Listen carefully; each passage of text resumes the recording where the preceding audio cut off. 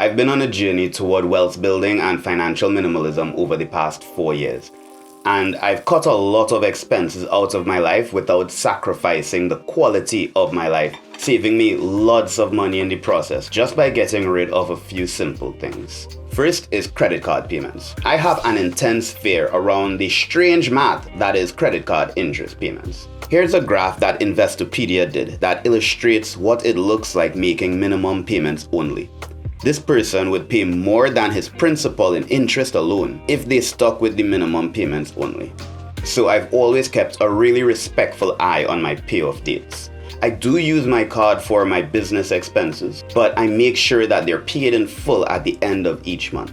Or if I'm not in a position to pay off the credit card completely, I just go without making the purchase of the thing until I can find a way to earn the money in advance so it can be completely paid off, because it's just giving away money at that point. Promotional sales. As a person that grew up with a parent that loved sales, looking for the deal and waiting for price cuts was my thing. It's only after getting onto the other side of a sale with my business did I realize it's really just a psychological tool being used. I'd find myself justifying reasons for me to make a purchase so that I can save 50% on it. The amount of crap that I've purchased just because it was on sale is ridiculous. I still have a problem with it on websites like Amazon or when I go out shopping and I see that nice bright red sale sign. So I had to create a rule to combat that. And the rule is this: if I really want something that I see the value in, I should be willing to pay full price for the product. And if I do want the discount on the item, I should just wait until that item itself goes on sale. I no longer reflexively buy things. I no longer respond to the red sale sign. I only purchase things that I've thought about before with intention.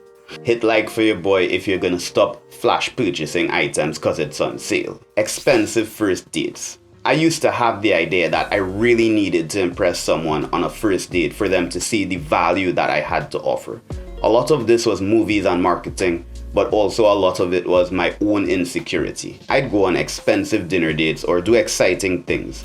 But once I matured a bit and recognized that the value I have to offer is in who I am and not what I can do for someone, I stopped going on expensive dates, and it actually made getting to know someone a lot easier, because the people that wanted only the expensive date would say no and find themselves out of my life a lot faster. Underused bundle services. Underused bundle services. Dog, I got a tie tongue. This is difficult.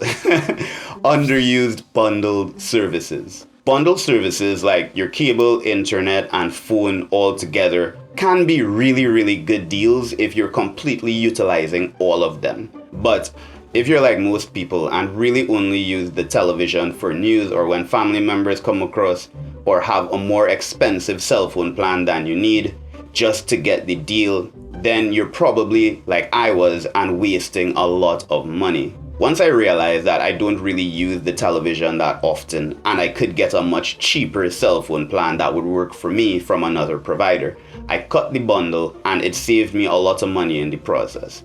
Doing this is a little bit more work upfront, but it can save you hundreds of dollars a year. Clothing trends. This is one that I struggled with a bit because I really did like fashion a lot. But I think that following trends is really just a huge waste of money, even if you are into fashion. Think about it. We say things like, this piece is timeless when we're talking about an article of clothing that we find really attractive and really beautiful. But a clothing trend, on the other hand, by definition, is something that goes in and out of fashion relatively quickly, which is just like washing money down the drain. And even worse, if you were to wear that piece of clothing out of the season that it was popular, you look worse. People judge you even more. For myself, I invest that money into the highest quality, simple clothing that I can reuse for a long period of time. And for pieces that I want to wear when I want to express myself a bit more, I'll buy whatever suits my sensibilities. Because at the end of the day, fashion trends come and go, but developing a sense of style will last you forever. Upgrading.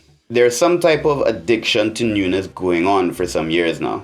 And as a videographer, video editor, and person that generally lives in the tech space, I feel personally attacked by this. Tech companies are always pushing new reasons to upgrade in our faces, and I just decided to cut it out completely. Because the truth is, unless there is something functionally wrong with your device or it's incapable of doing the task that you need it to do, then there is no reason to upgrade.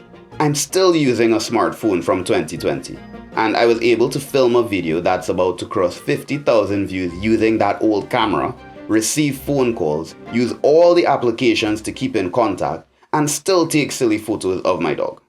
And I get to skip all of the monthly insurance fees and premiums that comes with purchasing a new phone so that you can protect it. Buying lunch. I used to buy lunch every day when I went to work, and it costed me $30 a day in my home country's currency, which totaled to about $600 a month. And when I looked at what it was actually costing me working a $15 per hour job, it wasn't just the 2 hours of work that would pay for the sandwich, but also the potential of those 2 hours of work, or that $30, of what it could do for me. That's when I started cooking at home. And what was really great about it wasn't just how much of that $600 I was now able to save. It was also how it impacted my overall health as well, because I could be really specific about what I put into my body from breakfast until dinner each day, rather than go off of what was nearby or available or what I felt like that day, and also develop a life skill in the process. Lunch leads perfectly into the next topic, eating out often. My foodie friends consider me a massive party pooper for this, but I refuse to eat out often. Often to me means every weekend. I'm all for having a good food experience, but when you check the cost of it, it's not actually just the cost of the meal. It's the cost of transportation to get to the restaurant, appetizer, drinks, the dinner itself, dessert, and the cost of a tip and service charges and transportation to get back home as well. It's a lot of money altogether, way more than what the dinner itself actually costs. Now, don't get me wrong, I do go out and try new foods and go to restaurants also, but if it's about the food experience, I'll go out to have the food experience and have an amazing time. If it's about connection and being together, I'd rather spend that money on a new experience that would leave me with a lasting memory. Because my foodie friends, let's be honest, how often do you sit around and really talk about how great that Greek food was? While we're talking about meals, that leads perfectly into the next topic, underused gym memberships. I tried to be as fair as possible when researching this online to find out how many gym memberships actually go unused completely. And the lowest stats that I found from a pro gym site stated that 18% of gym memberships go unused. And I'm sure that a lot more go underused as well. I've been in and out of the gym since the age of 13, and I'm very consistent with my health and fitness.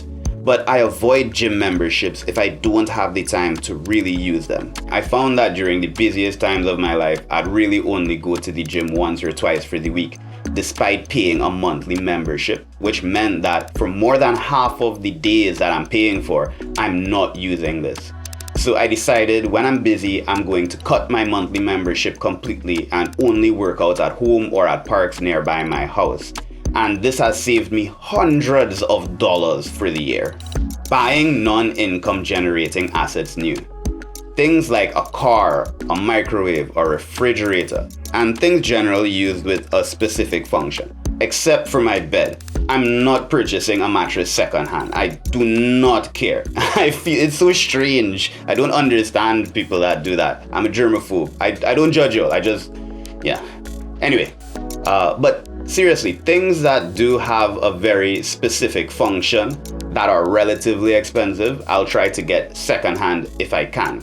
Things that do generate an income, like my computer, I'll purchase those flat out so I can customize them to meet my needs. But for everything else, you can get phenomenal deals and some really, really good condition items as people are always upgrading or moving. Like my microwave here is my favorite purchase because I was able to get this for literally $3 US on Facebook Marketplace site because it has a ding on the inside. but otherwise it works perfectly. If you enjoyed this video, you can click here for another video and hit subscribe for your boy. Thanks for watching.